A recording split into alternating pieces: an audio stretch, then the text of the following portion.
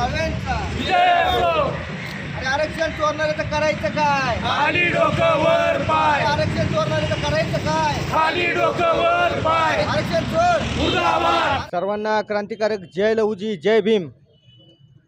प्रभाग क्रमांक 26 समता भूमी या ठिकाणी एससी आरक्षण चोरणाऱ्या भारतीय जनता पार्टीचा माजी नगरसेवक याचा समाज म्हणून आणि लहूजी शासन ग्रुपच्या वतीने या ठिकाणी जाहीर निषेध करतो. कारण समाजाच्या भविष्यासाठी, समाजाच्या हितासाठी आणि समाजाच्या अस्तित्वासाठी समाज बांधवांनी या ठिकाणी एकत्र येण्याची गरज आहे. या ठिकाणी खोटे डॉक्युमेंट बनवून शाळा सोडल्याचा दाखला असेल किंवा खोटी शाळा दाखवून कास्ट सर्टिफिकेट असेल, अशा प्रकारे शासनाची, भाजप सरकारच्या सर्वांची या ठिकाणी दिशाभूल करणारा जो नगरसेवक आहे त्याला आपल्या वार्डात येऊ देऊ नका. कारण समाजातील महिला असतील, समाजातील सर्व समाज बांधव असतील, यांनी एक विचार करून एकत्र येण्याची आज काळाची गरज आहे.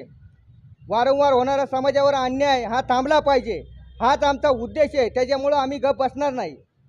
आम्ही कोर्टात तर पिटिशन दाखल करणारच आहे. परंतु आत्ता जे समाजाचं तिथं त्या ठिकाणी मोठ्या संख्येने समाज आहे, तर समाज काय आहे हे पक्षाला आणि त्या नगरसेवकाला पण कळायला पाहिजे. या ठिकाणी जो आरक्षण आहे, जो आरक्षणाचा लाभ घेतोय नगरसेवक, त्याची अवकात दाखवण्याची आता वेळ आपल्याला आलेली आहे. प्रभागातील सर्व समाज बांधवांनी एका विचाराने एक मत फक्त आपल्या उमेदवाराला, आपल्या समाजातीलच उमेदवाराला द्यावं, असं या ठिकाणी मी समाजाच्या वतीने आपल्याला सांगतो. समाज बांधवांना विचारात घेऊन, सर्वांना एकत्र घेऊन पुढील आपली लढाई अशी चालू ठेवणार आहे. सर्वांनी एक मत होऊन, एक विचार करून याला हे कुठेतरी थांबलं पाहिजे, म्हणून आपण आवाज उठवूया. जय लहूजी, जय लहूजी, जय लहूजी, जय लहूजी. क्रांतिकारक जय लहूजी, जय भीम.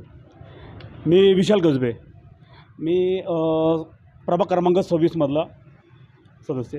आणि जे आत्ता इलेक्शन चालू आहे याच्या अगोदर पण येणाऱ्या 2007पासून ते उमेदवारी इथं चालू आहे. तर 2007पासून ते आमचे आरक्षण चोरलं गेलेलं आहे. तर ते आरक्षण आम्हाला आमचं परत भेटावं आणि आमचा उमेदवार तिथं नगरसेवक पदावर असावा ही आमची विनंती आहे. भारतीय जनता पार्टीला हे दाखवून देऊया आपण की यावेळेस मातंग समाज हा एक बुलंद आहे आणि ह्या पुढंही बुलंदच राहणार आहे.